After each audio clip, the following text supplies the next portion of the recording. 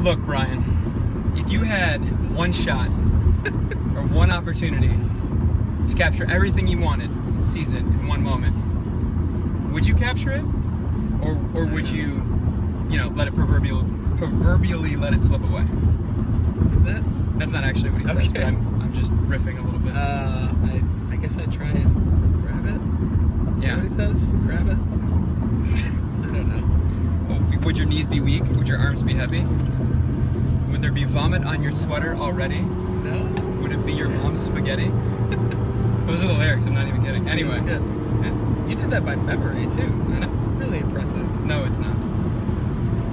So Detroit. There you go. For the 98% of people that had no idea what I was just saying there. No, people know that.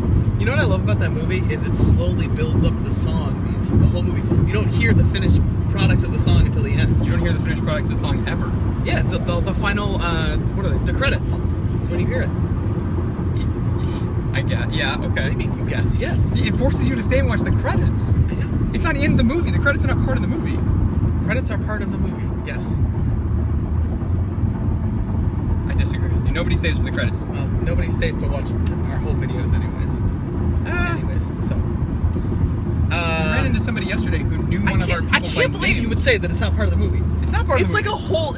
It's not part of the movie. Yes, it is. Nobody watches the credits. That doesn't make it not part of the movie. The only reason that people stay for the credits. Yeah, but the whole point is that if you wanted to market the song and get the song in there, you're not going to do it during the credits that nobody stays for. It was a totally unsuccessful song, so...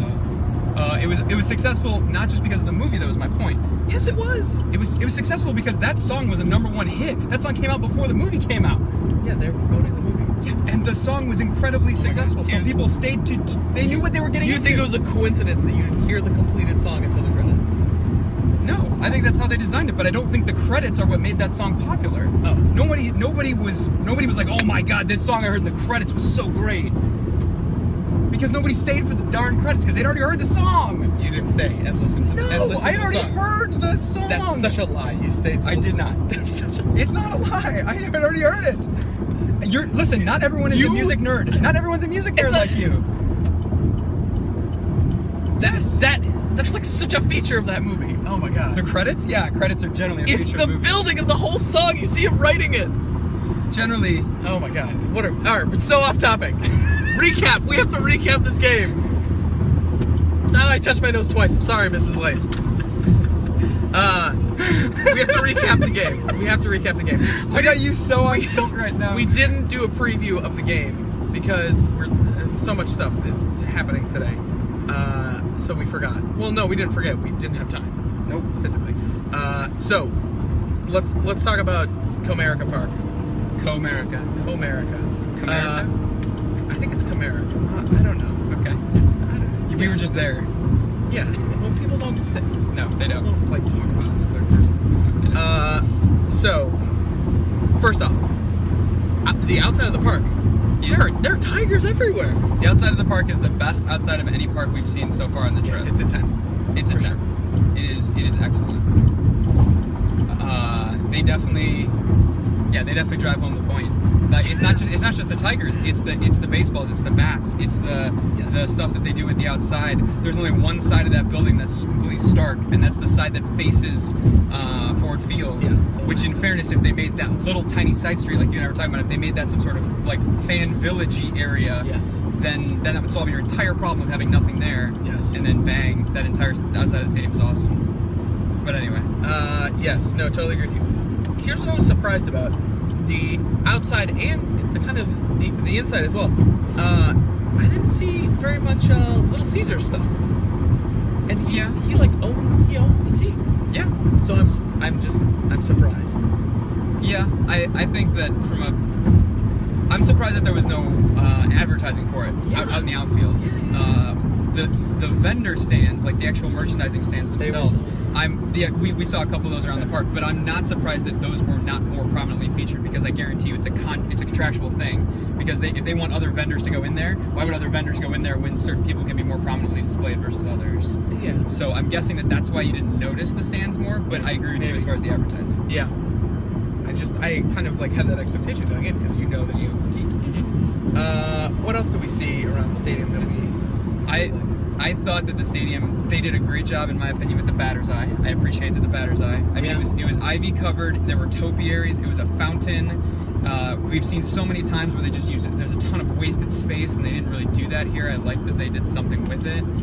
The park felt intimate. You could tell that it was built off of that same retro modern feel. Yeah, I mean, it did feel intimate compared with like Nationals Park. The Nationals Park, which was built again off the same template. This was more intimate. I guess. I mean, the upper deck was still separated. I felt like it felt not as close. But I don't know. The last you had PNC. We had just seen. Yeah, I'm thinking so much of PNC. Yeah, which was so close. They had a. Well, what were you saying about the jumbotron in left field? Huge jumbotron in left field that ends up butting up almost directly against their stands in the upper deck, which is interesting. You don't generally see that, but it was really far to the left. So normally when I take like a panographic photo, I just start with the foul pole and go left to right. This time I had to start further left of the foul pole because the jumbotron went so far into foul territory on the left-hand side of the field. Yeah. So that's the first time we've really seen them push a jumbo that far out. That was interesting, I guess. Yeah. The other thing we noticed was that there wasn't a Hall of Fame. So the way it was described to us was that because they don't have a Hall of Fame, they kind of scattered their memorabilia kind of throughout the park, which is true. It was scattered throughout the park, but definitely the high. I don't know. Do you say higher end? The higher end memorabilia, the MVP. Verlander's MVP, Scherzer's Cy Young, Miggy's Triple Crown, which by the way, is an actual crown. Is the coolest thing ever, and we're not even able to confirm if the crown is just a thing that Selig made up. Yeah, like that they just made up because it hasn't happened in 40-some odd years. That we don't even know the last Triple Crown winner actually got a crown or not. Right, but it's a physical crown. That's so cool. Anyway, you were saying that stuff was. Oh, it was in a. So those three things, like you would think kind of like their three most recent major achievements, individual major achievements, are in, they're in what's called the MVP Club? Champions Club. The Champions Club, which is basically like a suite on the second level that you have to, buy access to. So that's not great. We would have liked to see that maybe in Ballpark Tycoon, which is a video game that Brian and I are going to make up where you can build your own ballpark, which, by the way, I thought of this trademark that right now. Oh, well, I guess the Tycoon thing is already... No, probably not going to be able to register that, but I've already thought about this. When we're done, we're going to composite and make our favorite, make our stadium of a composite of all the other stadiums. Sure. We're going to take the best pieces and see what it fits together. We're going to make the hodgepodge, a Frankenstein, if you will. Anyway, but if you were to play Ballpark Tycoon, the way you should do it is you make a Hall of Fame, but you don't have people pay for it. It's free. Yes. And you can scatter merchandise around, but you and I were talking about this off camera. I get that you want to give the VIPs because they're paying for VIP stuff. You want to give them access, but do something else for your VIPs. I don't think that's maybe the Triple Crown thing, maybe. Yeah. But give like the other stuff, like the old catchers and stuff. Like they had like a bunch of displays that were in there that did not need to be in there. Like the World Series trophies, fine, I get that. Yes. But the other things, put them out for the people. Yeah, for the people. We are men of the people. Build the brand. Build the brand. I don't think they need to build the Tiger brand. It's out there.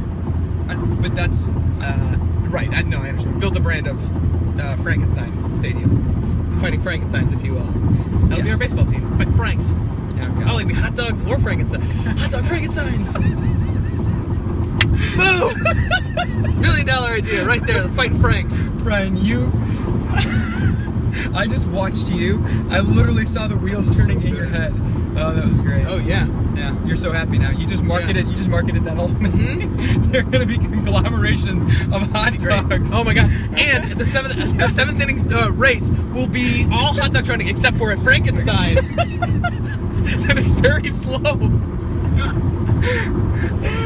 And then the one time he'll try and win, there'll be fire there, and he'll get freaked out. Well, okay. So, put your other name. Yes, exactly. Oh no, that's Smoke Master. Yes. So there we go. We're gonna do more videos throughout the day. This is gonna be kind of a full day of videos and stuff. So we will be back with more travel information. 8 hours in. Another 8-hour drive right now. Detroit Rock City.